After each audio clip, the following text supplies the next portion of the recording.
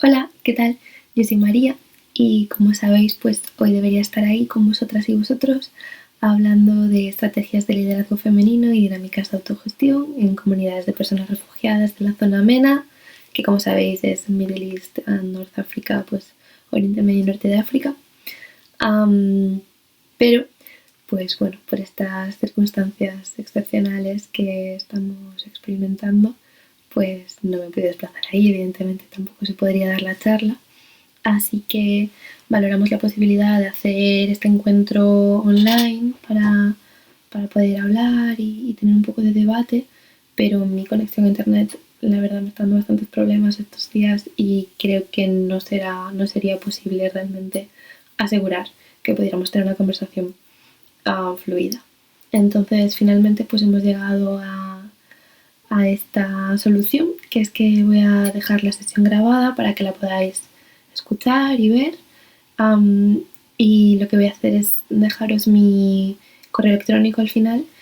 así en caso de que pues, os apetezca hacer cualquier comentario, pregunta, anotación, decirme que no, lo que sea, pues así podemos tener un poquito, continuar la conversación y que haya un poquito de debate si el tema os resulta interesante. Bueno, me voy a presentar en primer lugar. Yo soy María, trabajo en la Universidad de La Coruña, donde imparto clase y donde estoy realizando mi tesis doctoral sobre estrategias de autogestión y dinámicas de liderazgo femenino en la zona MENA, en comunidades de personas refugiadas. He realizado algunas estancias de investigación y he vivido un tiempo en la región, en distintos países, para llevar a cabo mi investigación. Y ahora mismo formo parte del ESOMI, que es el equipo de Sociología de las Migraciones Internacionales, que es un equipo multidisciplinar donde tenemos investigadoras e investigadores de distintas universidades y de distintas disciplinas.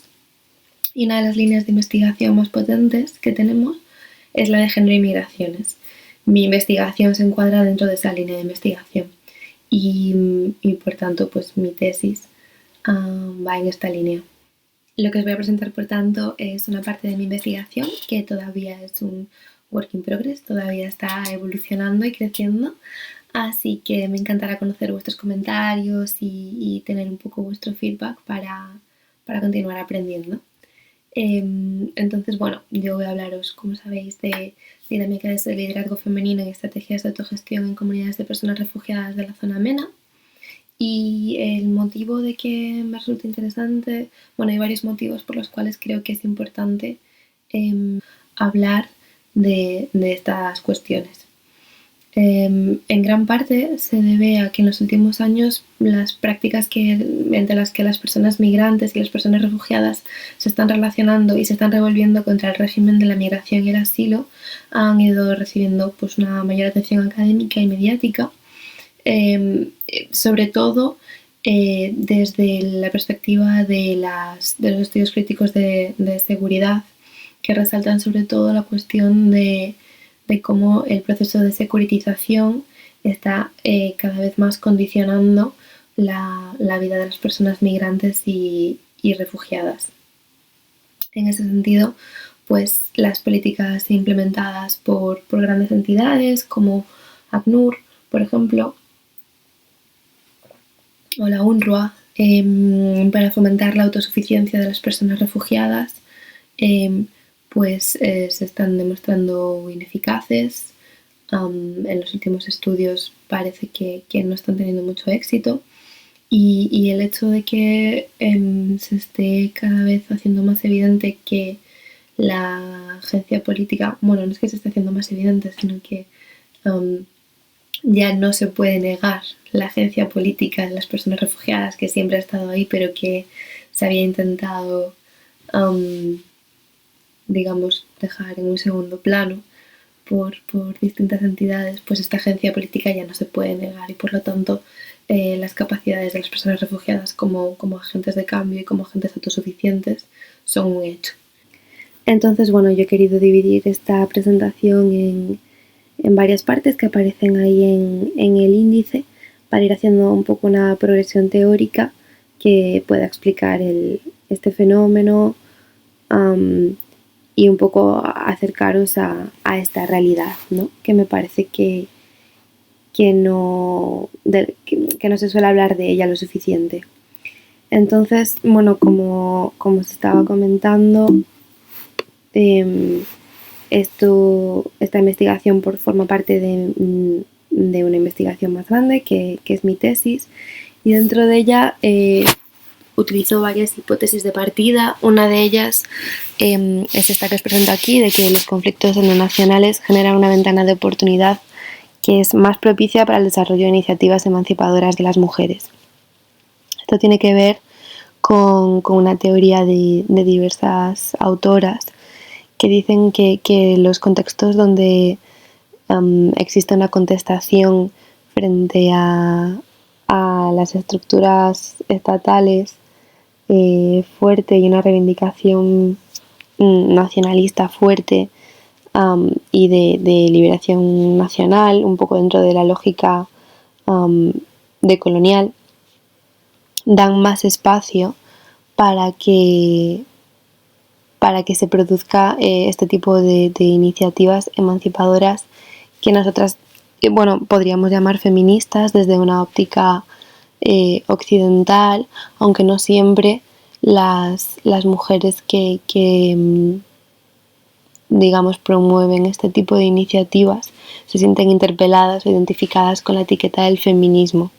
Hay mucho debate sobre esta cuestión, sobre hasta qué punto pues el feminismo, tal y como lo entendemos en Occidente, no deja de ser una nueva imposición colonial, y por esto hablaré más adelante un poco de otros feminismos que también son relevantes para entender esta cuestión. Bueno, un poco por lo que os comentaba de la hipótesis de partida que utilizo, pues voy a utilizar para esta presentación estudios de casos con comunidades de personas refugiadas palestinas y en el Sáhara Occidental, puesto que en ambos casos existe un conflicto endognacional o una iniciativa de liberación nacional en la base del conflicto. Además, es especial de ambos casos que se trata de población que sufrió migración forzada dentro de la zona MENA, y más específicamente pues en el caso del Sáhara Occidental, los campos de refugiados donde yo trabajo de campo se sitúan en Argelia, en Tinduf, muy cerca del Sáhara Occidental en sí. Y en el caso de Palestina, los campos de refugiados se sitúan dentro de la Palestina histórica, con lo cual es una migración muy pequeña, o sea, no es una cuestión de distancia geográfica, sino emocional, simbólica,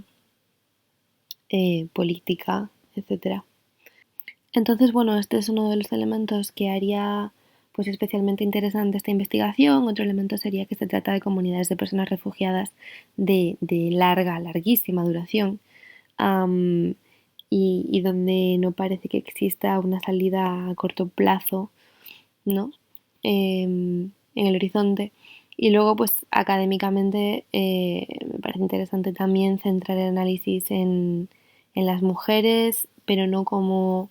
víctimas, no desde un rol pasivo, sino desde un rol absolutamente activo, y centrándonos en cuál es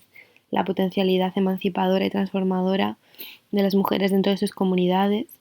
y dentro de esto intentar hacerlo todo desde una óptica pues feminista, pero también decolonial, y desde los principios de la investigación militante feminista, es decir,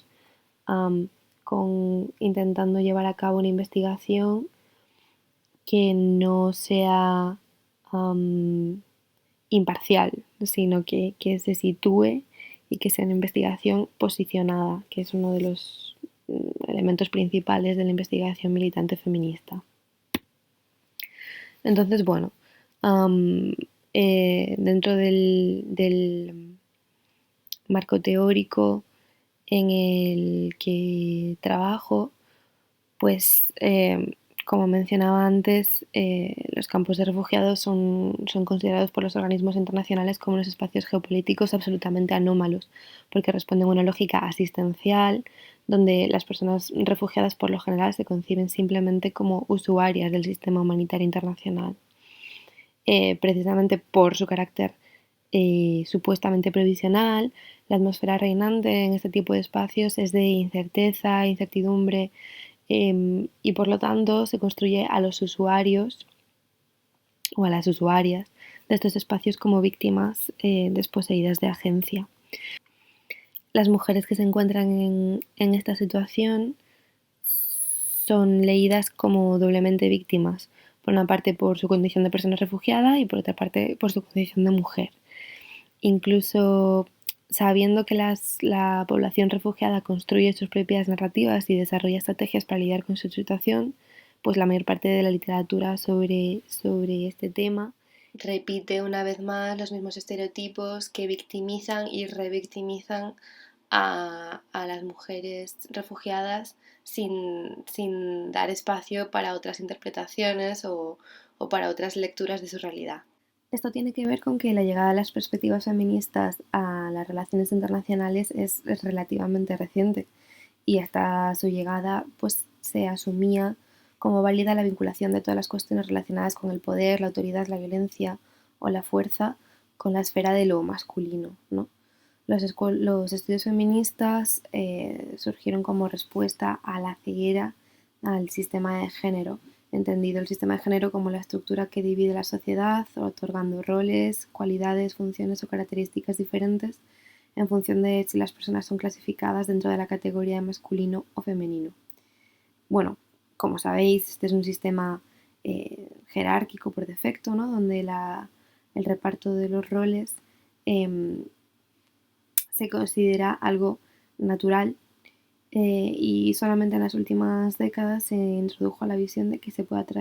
desde que se pueda tratar de algo construido. Entonces, esta visión que siempre ha imperado, que es pacífica y pasiva de lo femenino, que algunas corrientes achacan a factores biológicos vinculados a la maternidad y otras visiones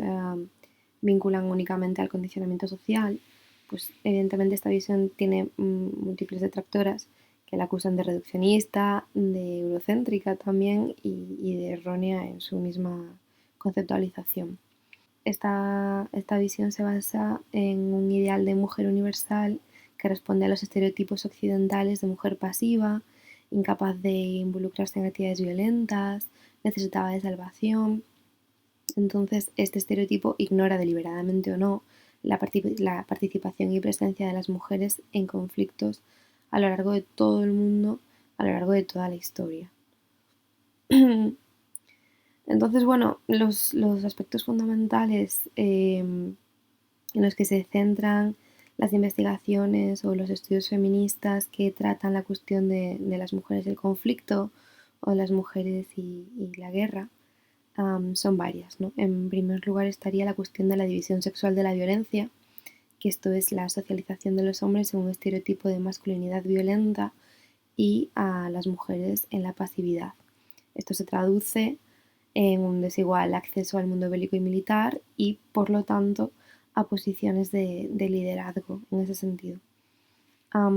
Por otra parte, otra de las cuestiones que siempre sale cuando hablamos de lo que se ha dado en llamar como género en conflicto es la cuestión del imaginario masculino de la guerra. Esto pervive a día de hoy y tiene que ver con que solamente los hombres son leídos como aptos y con tendencia natural hacia la guerra. Por último, cuando hablamos de género en conflicto siempre sale la cuestión del papel de las mujeres, ¿no? Y se les asignan estos tres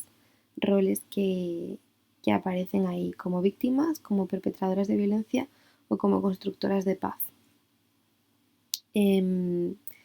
Para algunas autoras como Fatuma Ahmed Ali, estas tres vertientes pueden perpetuar en distinta medida el sistema de género patriarcal, puesto que al final las mujeres y sus cuerpos siguen constituyendo campos de batalla y armas de guerra, especialmente su construcción como víctimas o combatientes. pero incluso cuando son consideradas como constructoras de paz, este papel obedece a divisiones deterministas de los roles de género que entienden a la mujer como naturalmente antiviolenta. Entonces, bueno, para autoras como Sjoberg, la distribución de los roles dentro del contexto del conflicto con base en género obedece al discurso dominante alrededor de lo que se va a llamar como principio de inmunidad. Esto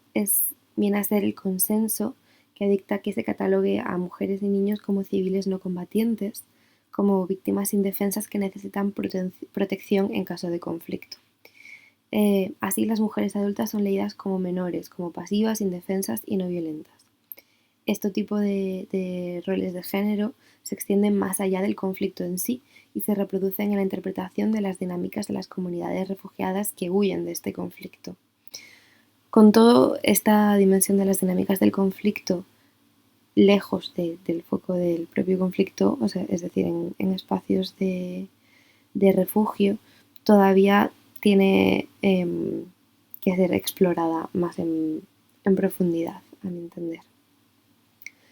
Entonces, bueno, cuando el conflicto provoca la migración forzada y el posterior asentamiento en campos de refugiados, no se espera por lo general que las mujeres participen activamente en la estructura social de su comunidad, sino que son necesarias especialmente dentro del plano simbólico, para representar, por una parte, valores nacionales, al ser comprendidas como las madres que crían a los guerreros para la batalla y a su vez para representar los valores de paz y de cooperación que se asocian a la feminidad y que son el ideal al que se aspira, ¿no? Ese futuro al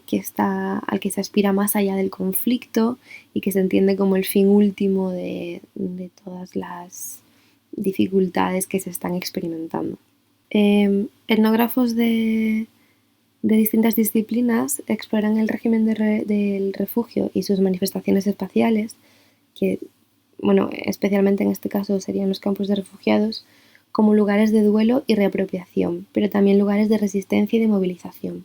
donde se renegocian y resitúan las lógicas geopolíticas y sociales. En este sentido, este tipo de contextos, en este caso concreto, aquellos que implican migración forzada, pero también una lucha de liberación nacional, pues bueno, tal como indica Neera Yuval Davis en Género y Nación,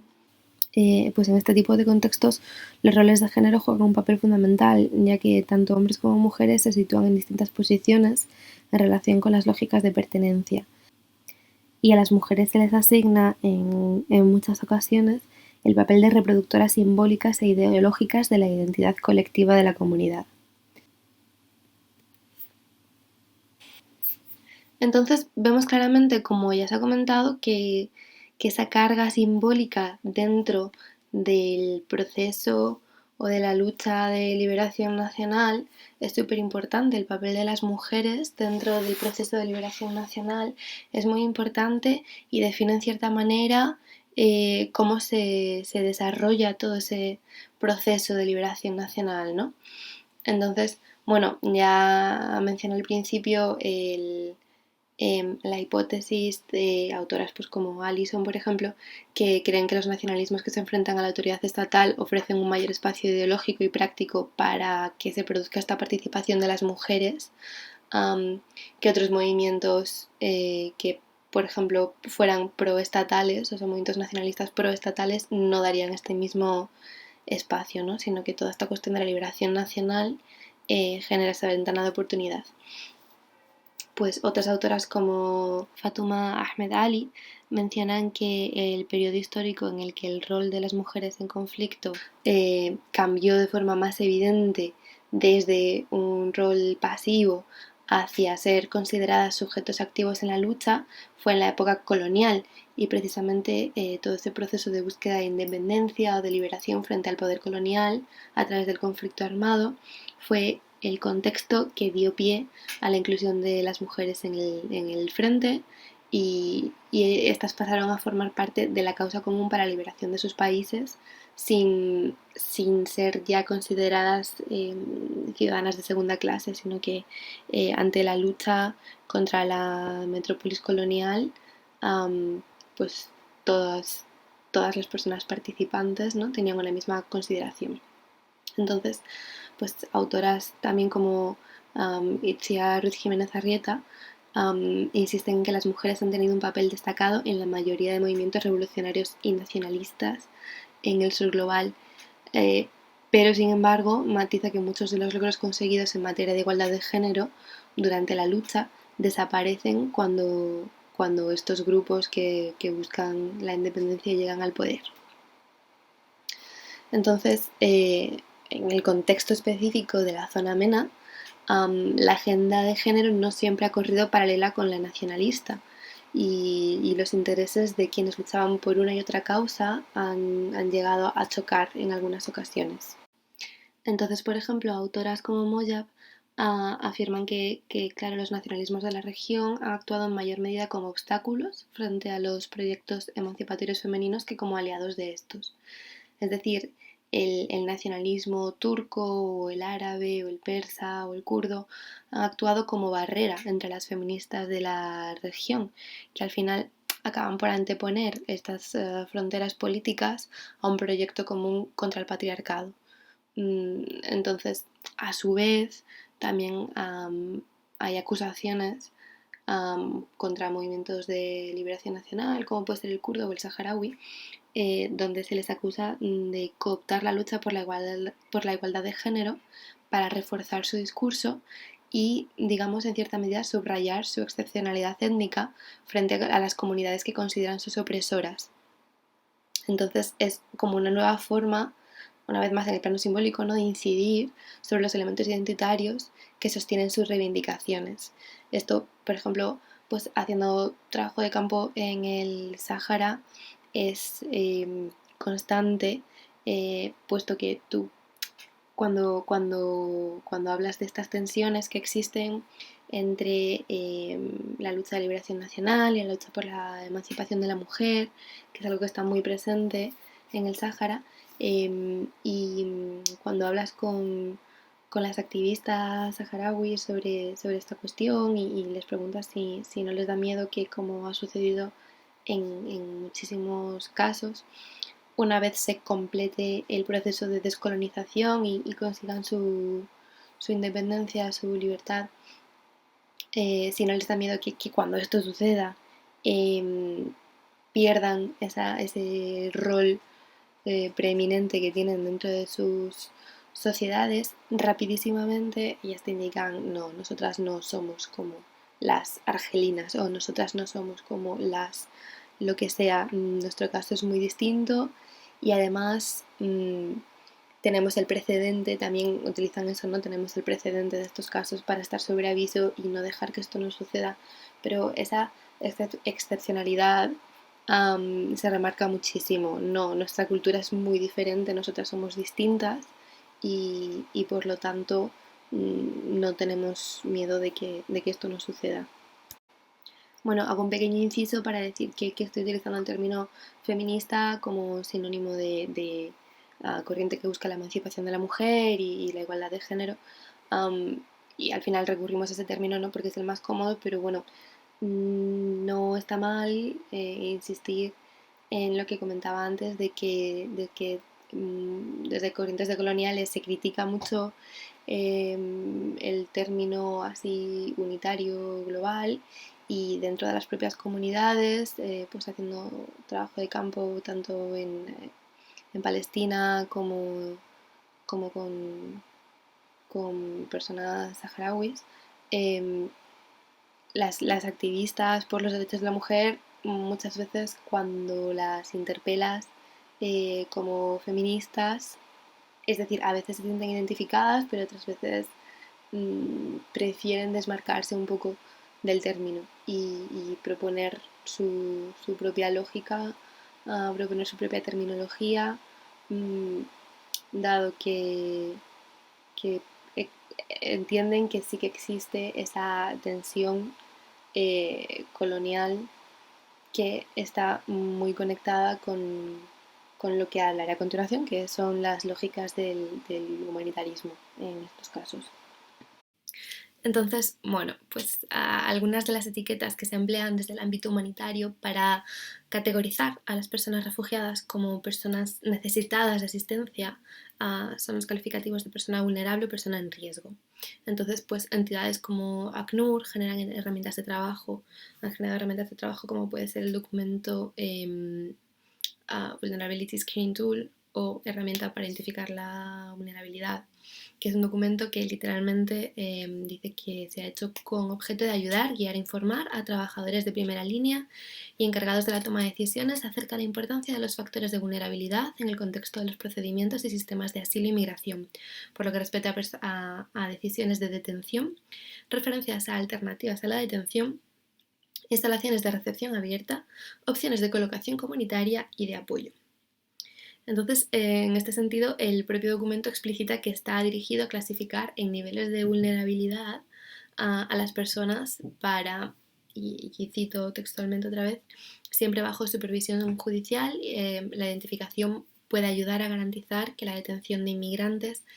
respete los criterios de necesidad, razonabilidad y proporcionalidad, evite ser arbitraria o automática y se use como último recurso cuando todas las opciones alternativas de colocación hayan sido exploradas,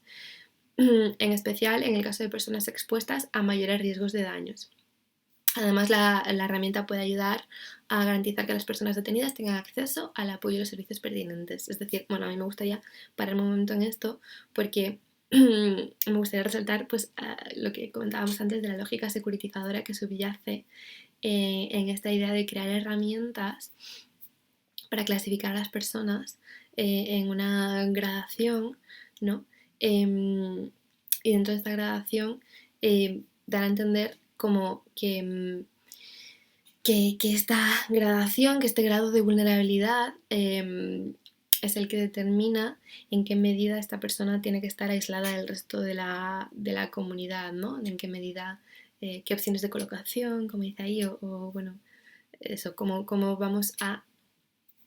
especificar a esta persona, aislarla del resto de la comunidad y cómo esto es algo necesario, correcto y acorde con lo que se debe hacer. Entonces,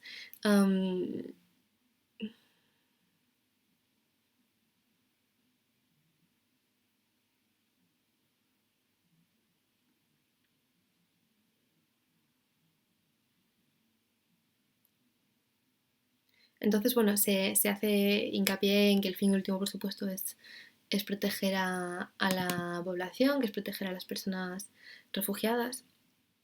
Y si bien es innegable que la mayoría de las personas refugiadas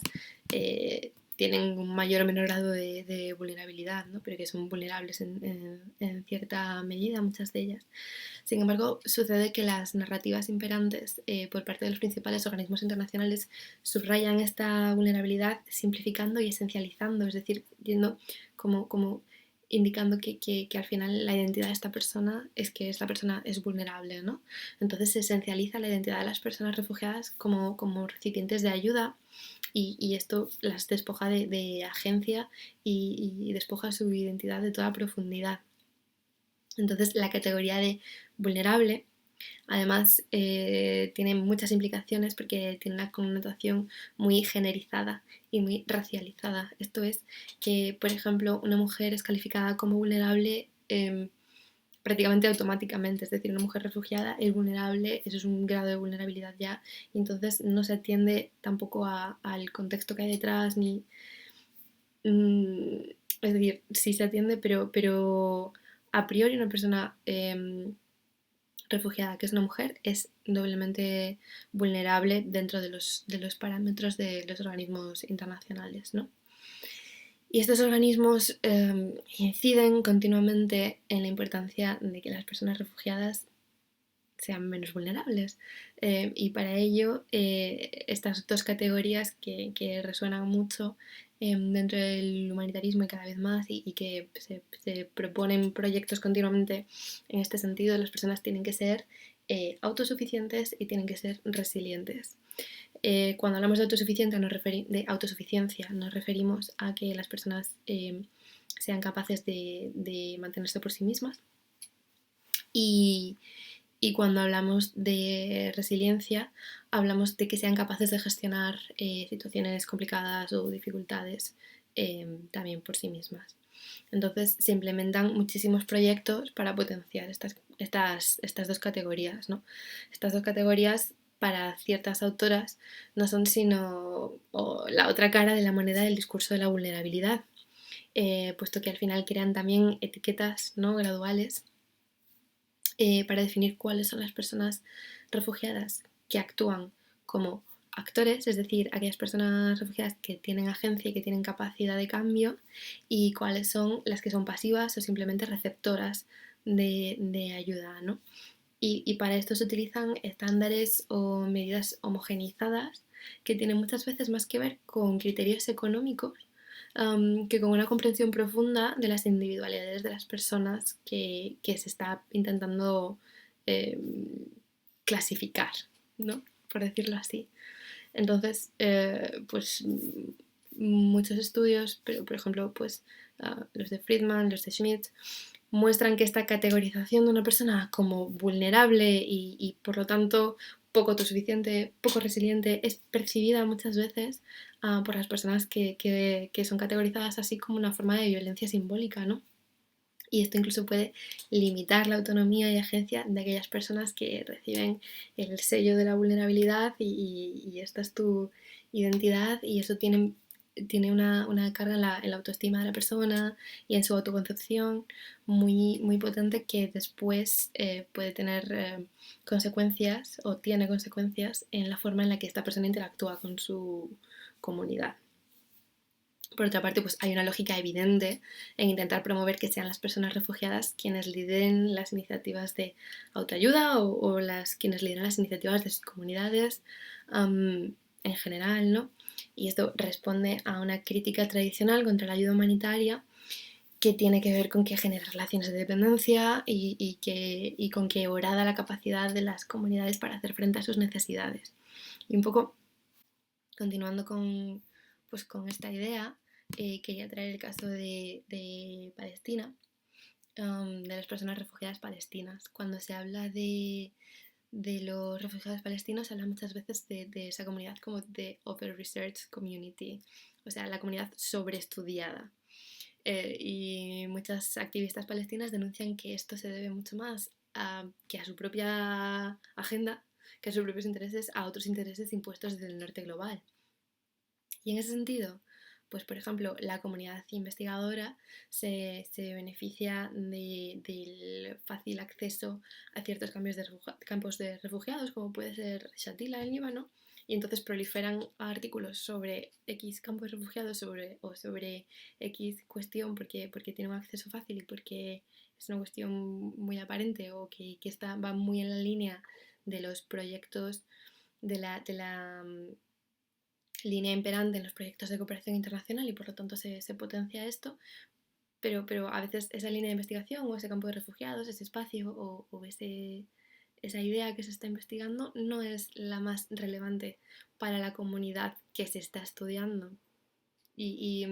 esta es una crítica como continua que se escucha desde el sur global en general y en el caso del activismo palestino es una crítica recurrente. Realizando trabajo de campo en los territorios ocupados palestinos, esta crítica se hace evidente y personalmente un poco hasta dolorosa, ¿no?, en ciertas cosas, porque la comunidad internacional en Ramallah, en la capital administrativa de los territorios ocupados palestinos, es inmensa. Hay muchísimas personas expatriadas que se autodefinen como expatriadas. Y esa comunidad de personas expatriadas está conformada principalmente por cooperantes e investigadores que marcan en muchos sentidos los ritmos de la ciudad. Es decir, los locales más cool y las tiendas más chic y los bares donde se sirve alcohol, los espacios, en fin, para relacionarse públicamente, los espacios culturales, los espacios de vida nocturna están siempre trufados de personas de fuera. Y y eso no tendría que ser malo per se. Esas personas de fuera, por lo general, establecen lazos mucho más íntimos entre sí que con sus contrapartes palestinas, y eso tampoco tendría por qué ser malo per se. Lo que sucede es que la presencia de esta comunidad expatriada, autodefinida expatriada, tan amplia, tiene consecuencias para la vida de los palestinos y encarece, por ejemplo, sus vidas mucho, porque los salarios de las personas que cobran de entidades internacionales no se pueden comparar con los salarios de las personas palestinas. Y además tiene trae consigo otro problema más, que es que se crea una lógica en todo el mundo de la cooperación donde ciertas entidades acaban operando casi como empresas que producen informes en masa. Es decir, pues como churros, muchos informes, gran número, baja calidad, y son informes que muchas veces no buscan realmente dar respuesta a los problemas reales de la comunidad con un análisis exhaustivo, consciente, sino muchas veces dar respuesta a una demanda de mercado. Es decir, hay muchas entidades que necesitan respuestas por parte de contrapartes, de consultoras, y esas consultoras tienen una demanda tan amplia que pocas veces pueden, o sea, que en muchas ocasiones no responden con la calidad que uno esperaría, ¿no? Entonces, pues por ejemplo, hablando con una expatriada norteamericana que en el campo de Geisha, en Belém, pues me comentaba que le habían encargado un informe para una ONG, que le habían dado un plazo de muy poquitos días. Esto siempre es a través de una consultora, es decir, la ONG encarga a la consultora le encargaba a esta chica un informe, le habían dado un plazo de muy poquitos días, era sobre un tema que no dominaba mucho. Ella sabía que el informe que ella iba a hacer no iba a tener la calidad oportuna, ni iba a tener tiempo para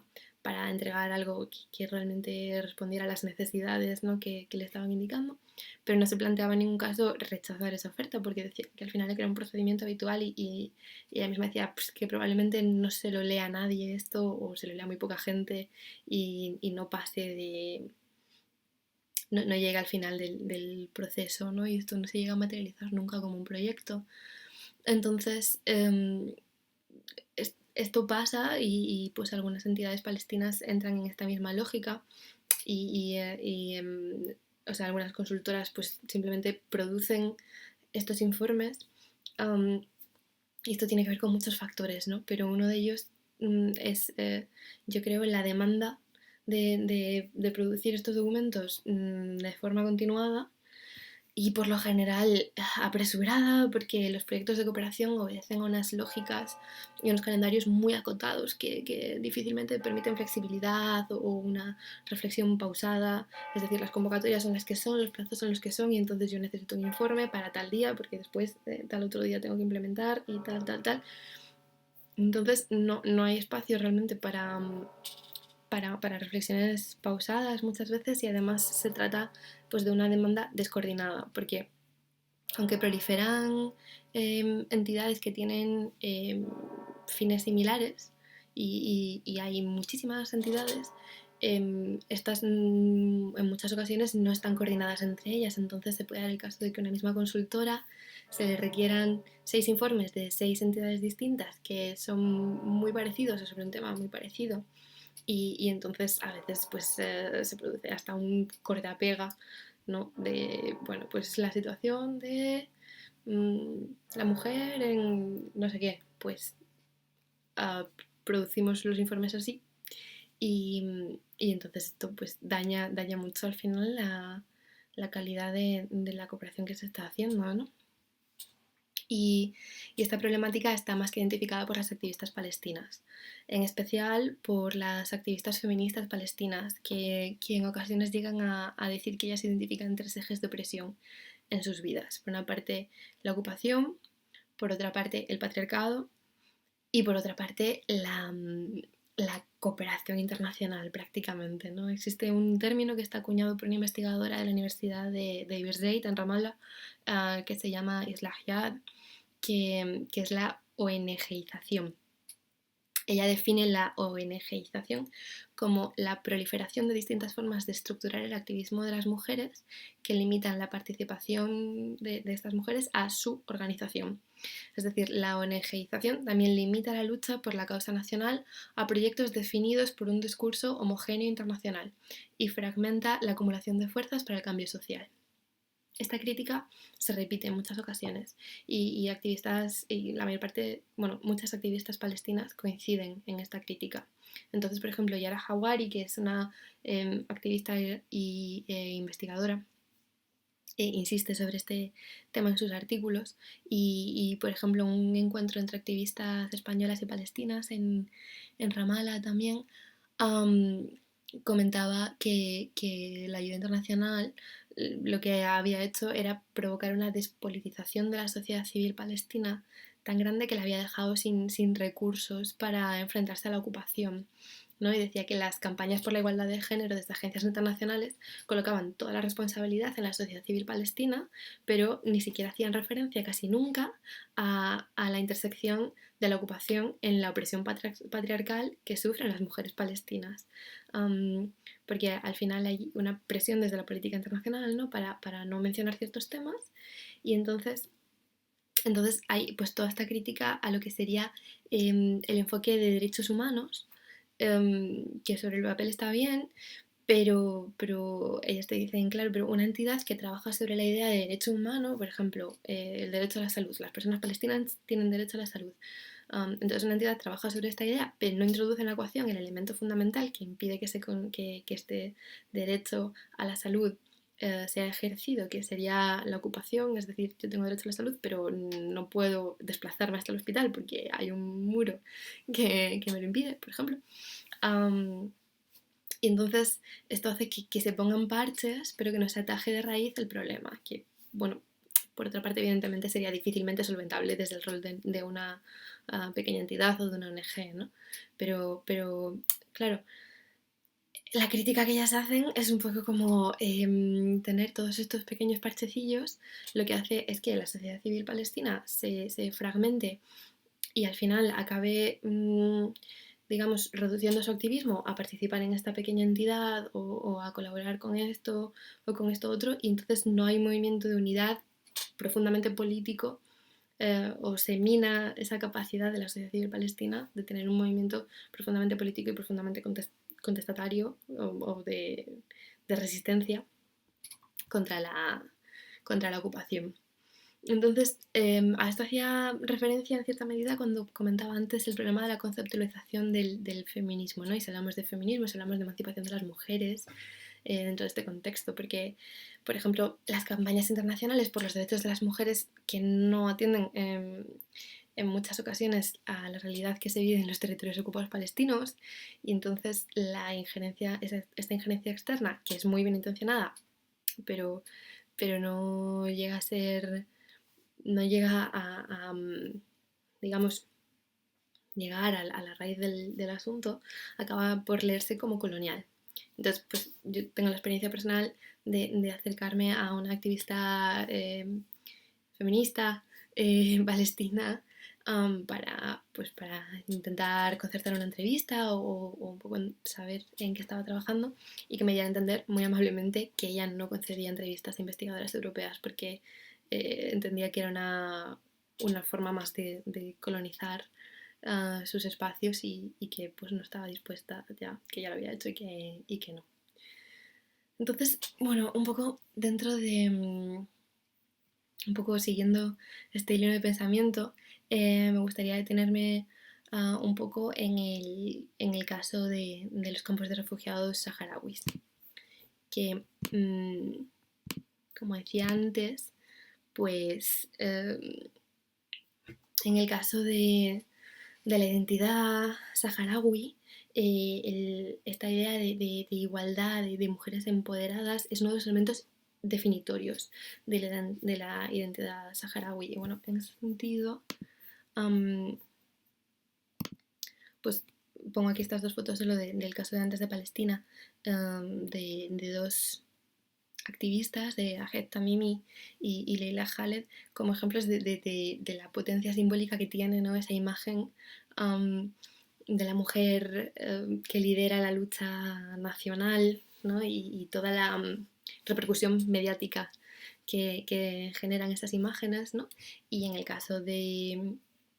Sáhara, pues simplemente he escogido dos ejemplos de activistas que son como muy visibles a nivel internacional y que por lo tanto generan un impacto muy visible, muy potente a nivel internacional, que serían, pues en este caso, Aminatou Haidari y Mariam Hassan, ¿no? Pero bueno, toda esta idea de la identidad saharaui como fundamentalmente igualitaria y con mujeres muy empoderadas, etc., viene tiene un origen histórico, que es que durante la guerra, es decir, en el momento en el que se produce el intento de invasión del Sáhara Occidental por parte de Mauritania desde el sur y de Marruecos desde el norte, y las personas, bueno, y empieza la guerra, los hombres tomaron las armas y las mujeres saharauis fueron quienes tuvieron que cruzarse el desierto con sus hijos a cuestas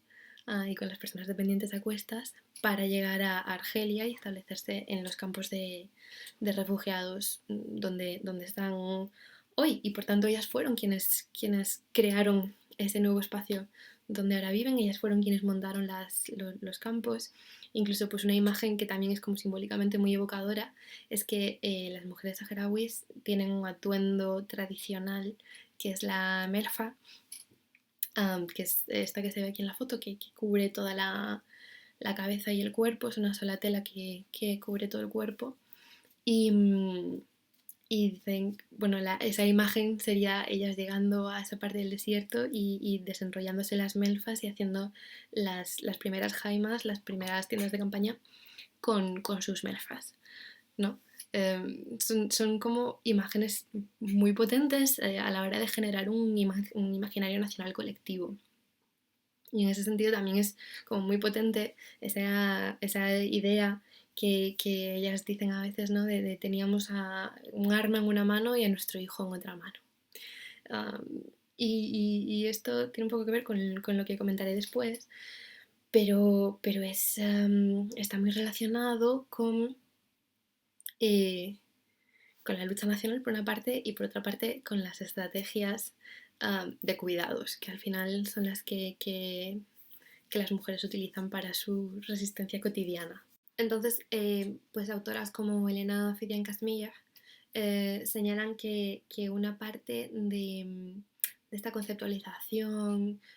como una sociedad muy igualitaria, etc.,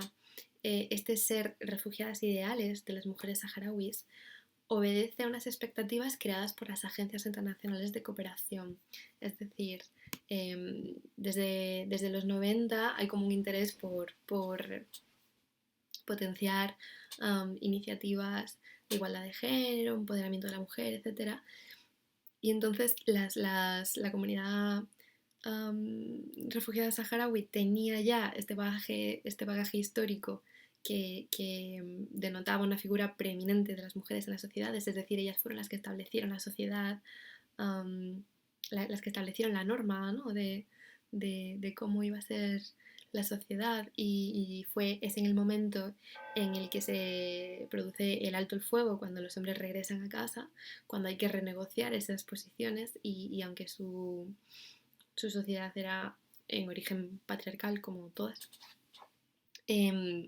claro, los hombres llegan a unos campamentos que ya están creados, que tienen unas lógicas que ya están conformadas y donde las mujeres ya se han repartido unos roles y entonces se produce esa renegociación del espacio, ¿no? Por parte de unas y otros, y entonces en ese reconfigurarse pero en esa concepción de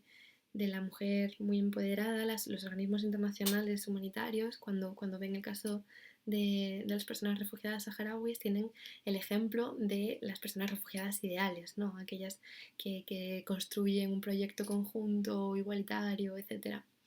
Y a su vez la comunidad refugiada saharaui, según Fidel Casmiller, en cierta medida dice, bueno, pues si esto es lo que tenemos que potenciar para tener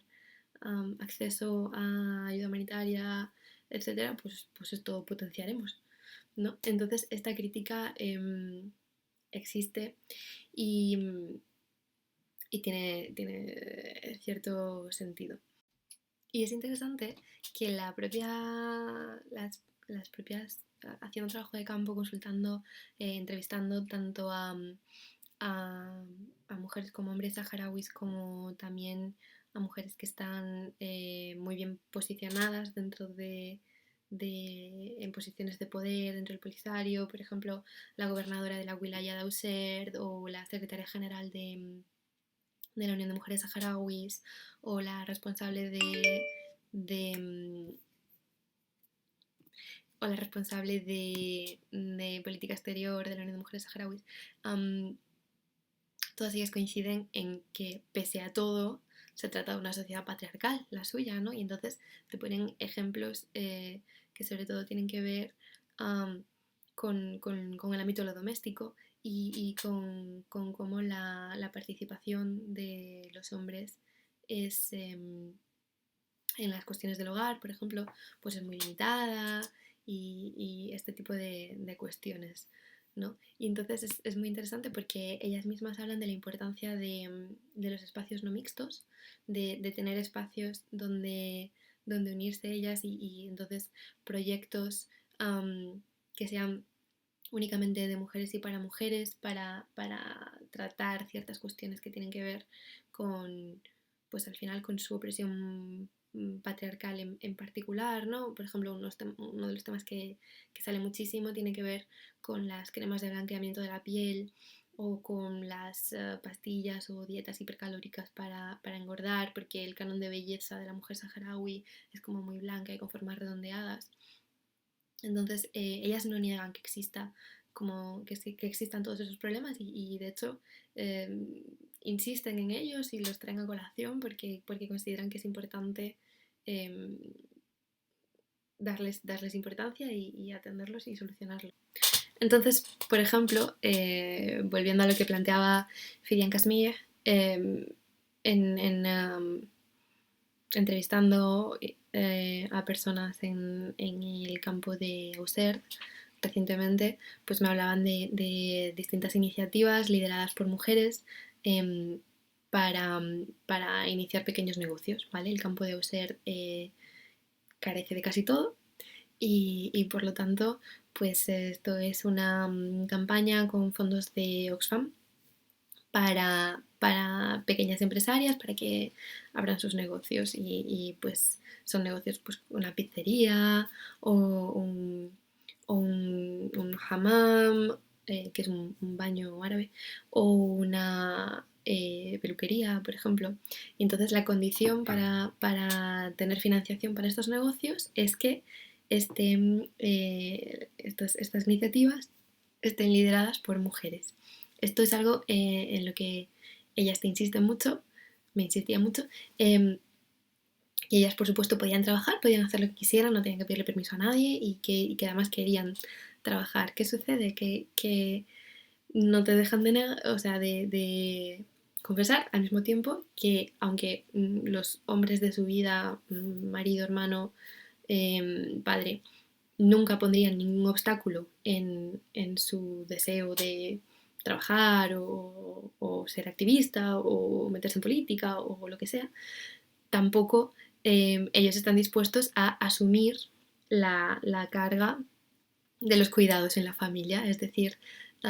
tú puedes trabajar si quieres, pero nuestro hijo o nuestro hermano pequeño o hacer la comida sigue siendo responsabilidad tuya y tú eres quien tiene que gestionar esto. Entonces, ¿qué pasa? Que tenemos, por ejemplo, el caso de una peluquería que funciona porque tiene fondos de Oxfam y que está liderada por una joven pequeña empresaria que saca adelante una peluquería. ¿Y qué sucede? Que ella se pone mala un día o tiene a sus hijos por el medio cuando tiene que atender a unas clientas. Y aquí es un poco donde yo quería llegar, a las redes informales de apoyo en cuidados que, que despliegan dentro de los campos y que se naturalizan dentro de los campos para poder atender a esto. Es decir, por ejemplo, en el caso de esta peluquería en concreto, la peluquera sería una hermana de una familia. Pero lo que sucede en realidad es que las tres hermanas se alternan entre ellas para repartirse las labores de cuidados y de gestión de la peluquería entre sí. Y entonces se generan distintas redes de apoyo. Una sería esta y otra sería la de la propia clientela, porque al final son espacios que también son femeninos. O sea, el caso de la peluquería del hammam son espacios femeninos donde las personas que vienen también son mujeres y por lo tanto se establece una cierta sororidad tácita que hace que se sobreentienda bueno, que a veces puede ser que haya un menor por el medio, una niña pequeña en la peluquería, que a veces te va a secar el pelo la peluquera y otras veces va a ser su hermana porque ella tiene que estar haciendo X cosa. Entonces esa forma de informalizar el proyecto financiado con ayuda internacional es la que hace que el proyecto funcione. Si el proyecto solamente contase con ese apoyo desde una gran entidad, no iría hacia adelante, pero sin embargo son esas pequeñas redes de apoyo informal las que permiten que el proyecto llegue a término o sea exitoso. Entonces, bueno, voy a recapitular un poco y a ofreceros algunas brevísimas conclusiones. Un poco las ideas con las que yo me quedaría de todo esto es que intentar categorizar los roles de las comunidades como vulnerables en conjunto es una simplificación que puede resultar contraproducente, que añadir el componente de género como inmediato marcador de dependencia o pasividad es contraproducente y además es falso y no atiende a las realidades de las personas refugiadas. Me quedaría con la idea de que las lógicas humanitarias, aunque sean bien intencionadas, en ocasiones contribuyen a desempoderar a las comunidades a las que pretenden ayudar y que esto es un problema que hay que hablar de ello para cambiarlo también y para que las personas también que estamos involucradas en el mundo de la cooperación seamos conscientes. Yo también destacaría la idea de que despolitizar causas intrínsecamente políticas desde un discurso aséptico al final, ¿no? Desde un discurso superficial de derechos humanos ni es efectivo ni favorece realmente la consecución de esos derechos humanos que se están defendiendo. Y la idea de que las formas de resistencia menos evidentes, como las redes de cuidados, son las que tienen un arraigo más profundo en la sociedad porque surgen de una forma natural, no como consecuencia de una formación previa de un proyecto, sino de forma natural en la sociedad. Entonces, bueno, espero que os haya resultado interesante, espero vuestros comentarios y nada, muchísimas gracias y muchísima fuerza, ánimo y solidaridad durante estos días complicados. Un abrazo.